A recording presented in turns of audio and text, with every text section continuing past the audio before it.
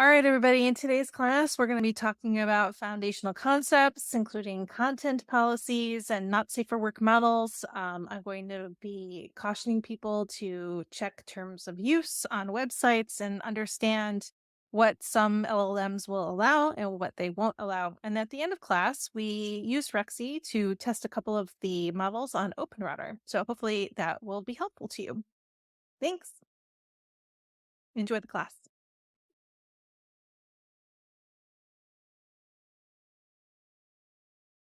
Hello, everyone. We are here for the class 103, which is foundational concepts, content policies, not safe for work. Many examples we'll go through today. So this is a very foundational class. It's a beginner's class just to get you prepped and understand what we're doing when it comes to LLMs and prompting for content, knowing content policies and not safe for work policies before you start prompting. Okay. All right. So we're going to go through these notes that I put together, and I will be free to answer any questions near the end. Okay. So there's a lot of things to think about once you start using AI, right? We hear a lot all the time about the ethics of using AI. There are plenty of people who won't use AI at all due to ethical considerations. I'm going to tell you what I tell most people who ask me all the time about how I can justify using AI. I hear that a lot. How do you justify using AI? Go through my justifications, right? I tell people that I apply the same ethical standards to AI as I do to people. Okay. So if it's fine for a person to go out and read copyrighted material and to learn from it and to then write based on the things that they've learned from copyrighted material, it is also fine for computers to do that, right? It's not okay for people to go out and hurt other people, murder them, etc., right? So we would say it's not okay for computers to do that. No Terminators, right? No. We're going to say no to Terminators. But I heard Sam Altman speak on a podcast, and he was saying, he was like, he felt that why wouldn't we let an AI go out onto the internet and learn about us from the things that we've done, good or bad, right? And I said, yes, it makes a lot of sense. It does make a lot of sense. So that's what I tell people. I just apply the same code of ethics that I do to computers as I do to humans, and humans to computers, same stuff, right? Okay. So once I got that out of the way, then comes the ethical considerations, the safety aspects of using AI. Okay. So let's go over, first of all, content policies. I almost got that. Okay. Content policies. So for fiction, AI fiction authors, you're going to want to look at the content policies of every AI tool that you use before you start using them. Okay. It is possible that you start using them and you haven't looked at the content policies yet. That's fine. Go ahead and take a pause and go look, right? Now, most of us know about the big players, about Claude and Anthropic, about OpenAI and their GPTs, and what the policies are for those places. And as we have come to realize, both of these companies, these big companies, I'm just going to focus on Anthropic and OpenAI right now. They have content policies where they do not want not safe for work material being generated or analyzed through their tools. And they consider not safe for work material to be like anything sexually explicit, anything relating to violence, these sorts of things. So this is what we consider not safe for work material. But the problem is that we're fiction authors, and a lot of us do have sex and violence in our work, right? And we want to be able to generate those things and use them in our work without just towing the easy moderate line, right? Fiction in general can be used to stimulate conversation, to show good and bad sides to everything. to show love in its many forms. So why can't we use AI for that? Well, there are definitely going to be people who abuse that. So OpenAI and Anthropic have these policies in place to prevent abuse of those things, right? So here I've written down right here in the notes that AI fiction authors understanding content policies is crucial to ensure that your creative endeavors align with ethical and legal standards set by the AI platforms. And that's the really important part of that sentence, that these are things that are set by the AI platforms. Because you are doing business, you are going into their business and you are using their tools, and they have rules that are set around them. Now, a lot of us may not agree with those rules, but they are rules that we do have to abide by when we're on in their territory, right? So it's just like when you come into somebody's house, you abide by their rules in their house. Same thing goes for there. This is not censorship. I know a lot of people will feel like I'm being censored. I don't like that. Right. And there's a definite ick feeling surrounding that. But we have to remember that we can just not use their tools. We can just not go into their house, and we can still write the things that we want to write. And we can use their tools for the other stuff that we need. Maybe it's the stories surrounding the parts that the AI doesn't want to generate, or maybe it's for marketing material, plotting, etc., that doesn't really tickle their sensors. Right. Okay, so one of the things that we need to do is go to each one of the platforms that we use and take a look at their content policies, understand what they're looking for, and understand too that sometimes we may cross that line and not even realize it, or they may move the line at some point.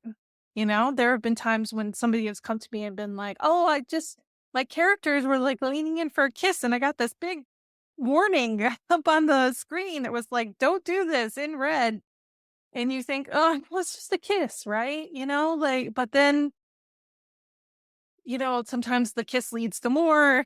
And then you start going down the rabbit hole. Things happen with characters. And so what OpenAI or Claude or any of the other tools that have these content policies in place are doing are basically cutting it off before it can even get very far. So you might find sometimes that even you may have I just heard this past week, you may have a mother and daughter fighting, and may get just a little bit physical, and all of a sudden, boom, you get the slap down from the tools. But at that point, you just have to back away and be like, okay, I've obviously tripped something. Now let's move on to either a different subject or a different tool. Okay, we'll talk about different tools later on in this class. Okay. So definitely go take a look at the content policies. Usually it's all their terms of use on their website. You can find it down usually next to the privacy policy on the website. Let's go ahead and look at OpenAI. Wonder if it's right on the front page. I haven't scrolled down in a while. Terms of use. How about I just Google for it? OpenAI terms of use. Code of conduct. A lot of these are on Microsoft because Microsoft now has a lot of investment into OpenAI. And we're just gonna search for sex. I don't see anything in there. Violence. Content. It's like general terms. There's some stuff in here. It was explicit. Maybe they're using the word explicit. We would have to do a little bit more of a search. I know that it's in here somewhere, and I'll find it. You know what? I'll find it and I'll send it to you guys. Maybe it's in their usage policies. Let's look here. Explicit. Oh, there we go. It was in the usage policies. Don't build tools that may be inappropriate for minors, including sexually explicit or suggestive content. This does not include content created for scientific or educational purposes. So they're going to sort of cut you off there. Let's see. Violence. Here we go. For example, GPTs that contain profanity in their names or that depict or promote graphic violence are not allowed in the store. So they're definitely not letting violence in there either. All right. And then we've got Don't repurpose or distribute output from services that are harmful to others. For example, don't share output from our services to defraud, scam, spam, mislead, bully, harass, defame, discriminate based on protected attributes, sexualize children, or promote violence, hatred, or the suffering of others. So you can see how sometimes fiction may do any one of these things. We may be writing about a serial killer. We may be writing a dark romance where some bad stuff happens to the heroine or the hero. So, it's we write it, but it's not like it's fiction, right? It's literature. So, but sometimes even if you tell the LLM, "Hey, I'm a fiction writer and I'm writing fiction. I'm writing this scene that has these elements in it," it's still going to throw up the red flag and be very upset with you over it, right? So it's definitely something to do. So look at all these content policies and understand what you're getting into when you go to each one of them. Okay. All right. Content policies. So the last thing I'll say on this is that not every one of the LLMs, the open source LLMs that are out there, actually have content policies. Some of them play very fast and loose. So if you can't find a content policy, you can probably guess that it is unfiltered and you can do pretty much whatever you want with it. And that's my policy that I go on, and you'll have to develop your own sense about that. But in general, like if I cannot find anything about like some random open source model that's on Open Router and Open Router says it's unfiltered, then I'm gonna guess I can do not safe for work on it. Okay. Okay. I've already spoken on some of this, understanding the restrictions, right? So by reading the content policies and understanding the content policies, you'll understand what you can and you can't do. And there may become times that you're prompting and you come close to the line. I have a feeling it's very wavy, this line, and it is sort of nebulous and transparent because there's nothing out there that's very concrete about where that line is, right? You may touch it sometime and get a warning, and then that's usually a good time to just like back off, generate other stuff that has nothing to do with that.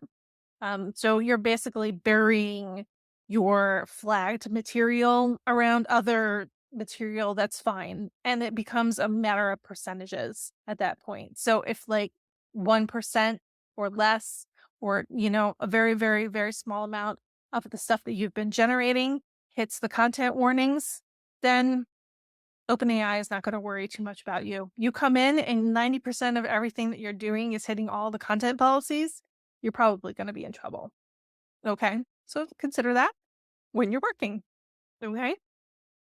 I will say in here, understanding these limitations, authors can focus their creative energies on producing and engaging appropriate content for their target audience without risking the deactivation of their writing tools. And then could be a problem for any one of the big ones that are currently filtered. So I'm going to say that's like OpenAI, that's Anthropic, and that's pretty much it with the big guys right now. Who knows what'll come around in the next 6 months? There might be another big player on the market, and that big player could be filtered or unfiltered, and we'll just have to see, right? Okay. Okay. So this is something to remember about the whole censorship thing.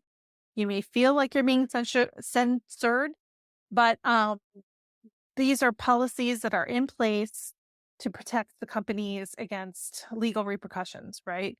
This is what they're doing to cover their butt. And can't really blame them. They want to stay in business, right? They don't want to have any problems. And neither do we. So let's just, do our best to try to abide by these rules, and then use the not safe for work tools for all the stuff that's in between and might cause a problem. Okay. All right.